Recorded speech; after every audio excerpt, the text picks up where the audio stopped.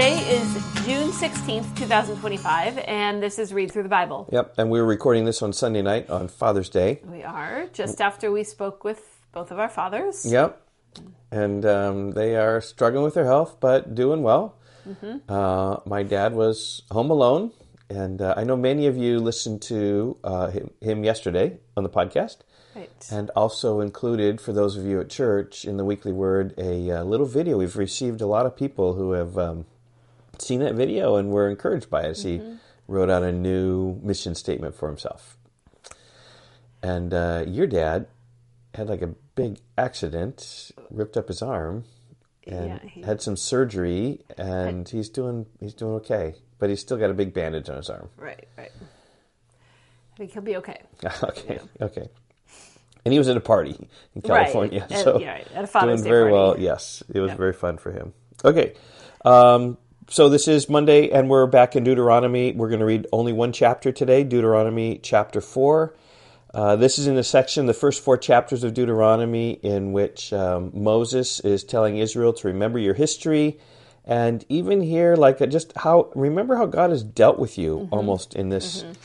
This chapter, like what God is like. And your summary, you said, just kind of had something interesting, I thought. Well, at the end of my summary, I have God is totally unique. Just because God is very unique in how he deals with his people. Like they ask, what nation has a God like this? Mm-hmm.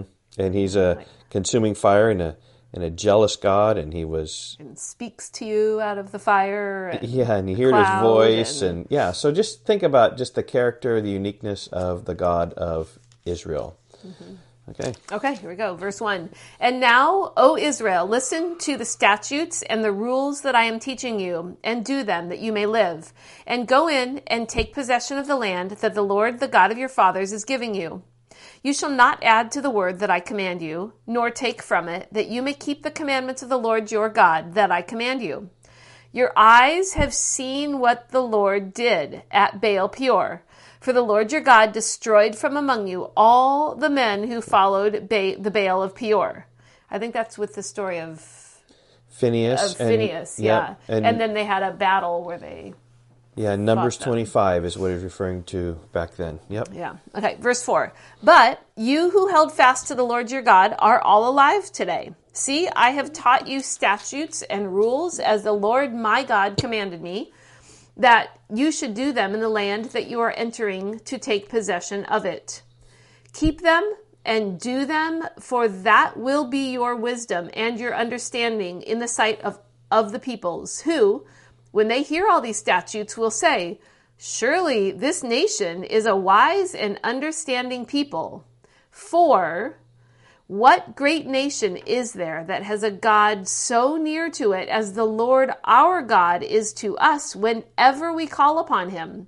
And what great nation is there that has statutes and rules so righteous as all this law that I set before you today?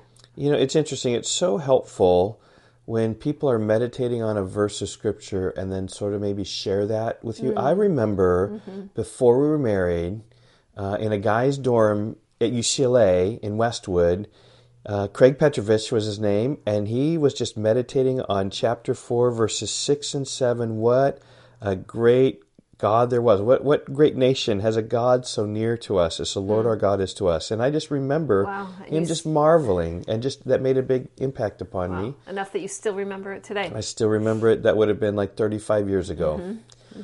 So just to encourage you, right, if there are obscure verses even in the scriptures that you're thinking about, share that with people, and maybe they'll pop at some point, because that's... but it is really quite remarkable what God had done with Israel, the uniqueness of this God to be with them, and, verse 8, to have such a law like this that we're going to start. That leads us into chapter 5 in terms of what sort of law he has. You're right. Okay, Moses says, only take care and keep your soul diligently, lest you forget the things your eyes have seen, and lest they depart from your heart all the days of your life. Make them known to your children and your children's children, which we're starting now with our grandchildren. Our children's children. How on the day that you stood before the Lord your God at Horeb, the Lord said to me, gather the people to me, that I may let them hear my words, so that they may learn to fear me all the days that they live on the earth, that they may teach their children also. And you came near and stood at the foot of the mountain, while the mountain burned with fire to the heart of heaven, wrapped in darkness, cloud, and gloom. Then the Lord spoke to you out of the midst of the fire. You heard the sound of words, but saw no form. There was only a voice. And he declared to you his covenant, which he commanded you to perform, that is, the 10 Commandments. And he wrote them on 2 tablets of stone, which will come tomorrow in Deuteronomy chapter 5. We'll talk about that. And the Lord commanded me at that time to teach you statutes and rules, that you might do them in the land that you are going over to possess. Verse 9 stands out to me, that Moses tells them to take care and keep your souls diligently, lest you forget the things, and particularly the law. Mm-hmm. So he's just saying, don't forget. Yep. Okay, verse 15. Therefore, watch yourselves very carefully, since you saw no form on the day that the Lord spoke to you at Horeb out of the midst of the fire.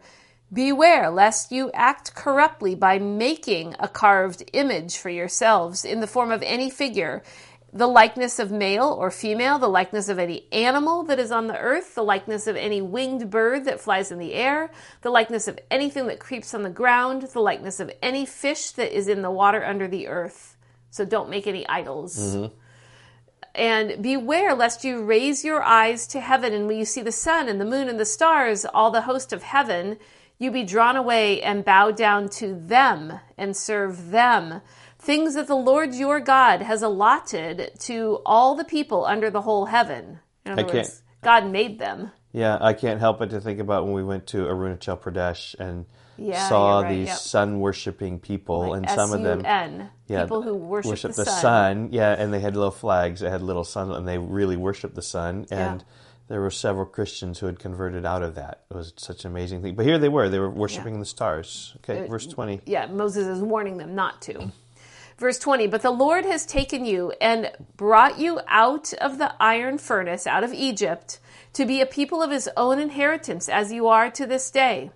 Furthermore, the Lord was angry with me because of you, and he swore that I should not cross the Jordan, and that I should not enter the good land that the Lord your God is giving you for an inheritance. For I must die in this land. Poor Moses. Mm. I must not go over the Jordan, but you shall go over and take possession of that good land. Take care lest you forget the covenant of the Lord your God, which he made with you, and make a carved image in the form of anything that the Lord your God has forbidden you. For the Lord your God is a consuming fire, a jealous God. Yep. So God is remember, unique. Don't forget. Yep. And your God, you heard a voice, but you didn't see him, so don't make an image to worship him. He's a voice. That's verse 15. Yeah. And when you father children and children's children and have grown old in the land, if you act corruptly by making a carved image in the form of anything, and by doing what is evil in the sight of the Lord your God, so as to provoke him to anger, I call heaven and earth to witness against you today, that you will soon utterly perish from the land that you are going over the Jordan to possess. You will not live long in it, but will be utterly destroyed, and the Lord will scatter you among the peoples, and you will be left few in number among the nations where the Lord will drive you. And there you will serve gods of wood and stone, the work of human hands, that neither see nor hear nor eat nor smell. But from there you will seek the Lord your God, and you will find him if you search for him with all your heart and with all your soul. When you are in tribulation and all these things come upon you in the latter days, you return to the Lord your God and obey his voice. For the Lord your God is a merciful God. He will not leave you or destroy you or forget the covenant with your fathers that he swore to them. Wow. So many good verses. Just a reminder of who God is and what he's done. Okay, verse 32. For ask now of the days that are past, which were before you, since the day that God created man on the earth, and ask from one end of heaven to the other, whether such a great thing as this has ever happened or was ever heard of.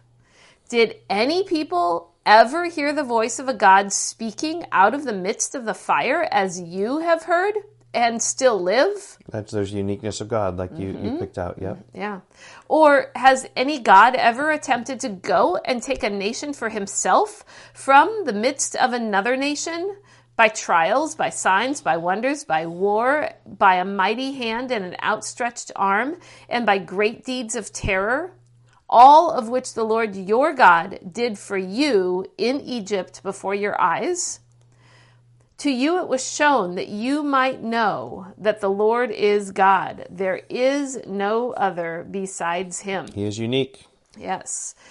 And know that the Lord is God is important too.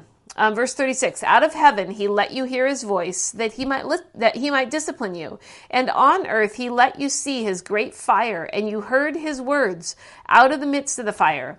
And because he loved your fathers and chose their offspring after them, and brought you out of Egypt with his own presence, by his great power, driving out before you nations greater and mightier than you, to bring you in, to give you their land for an inheritance, as it is this day, know therefore, and lay it to your heart, that the Lord is God in heaven, above and on the earth beneath. There is no other. There's your uniqueness. Again, there is no other. Therefore you shall keep his statutes and his commandments, which I command you today, that it may go well with you and with your children after you, and that you may prolong your days in the land that the Lord your God is giving you for all time. Yeah, I think that's helpful, just even remembering your history and remembering the God, who's unique God, who has brought you through in the history that you had. And amazing what God did, and has any other God ever done anything like this? No. Emphatically no. No. Then Moses set apart 3 cities in the east beyond the Jordan, that the manslayer might flee there, anyone who kills his neighbor unintentionally without being at enmity with him in time past, he may flee to one of the cities and save his life. Bezer in the wilderness on the tableland for the Reubenites, Ramoth in Gilead for the Gadites, and Golan in Bashan for the Manassites. And I think just Numbers 35 is talking about the cities of refuge. Okay, verse 44. This is the law that Moses set before the people of Israel. These are the testimonies, the statutes, and the rules which Moses spoke to the people of Israel when they came out of Egypt, beyond the Jordan, in the valley opposite Beth Peor, in the land of Sihon, the king of the Amorites, who lived at Heshbon, whom Moses and the people of Israel defeated when they came out of Egypt. And they took possession of his land and the land of Og, the king of Bashan, the 2 kings of the Amorites who lived to the east beyond the Jordan, from Aror, which is on the edge of the valley of the Arnon, as far as Mount Sirion, that is Hermon, together with all the Arabah on the east side of the Jordan, as far as the sea of the Arabah, under the slopes of Pisgah. So it seems like even here he is setting up the giving of the law. Verse 44, this is the law of Moses that he set before the people, because beginning in chapter 5 through verse 11, we're going to have remember the law. Right. And that was even... You mean chapters 5 through chapter 11. Chapter 5 through 11, yep. And that was, like chapter 4, verse 8, what great nation is there? It has statutes and rules, so righteous is all this law that I set before you today. Yeah. So this is going to be a review, not only the history, but also then now a review of the law of God. Yep. And we're going to start that tomorrow with the 10 Commandments. All right. Okay, we will see you tomorrow. Bye-bye. Goodbye.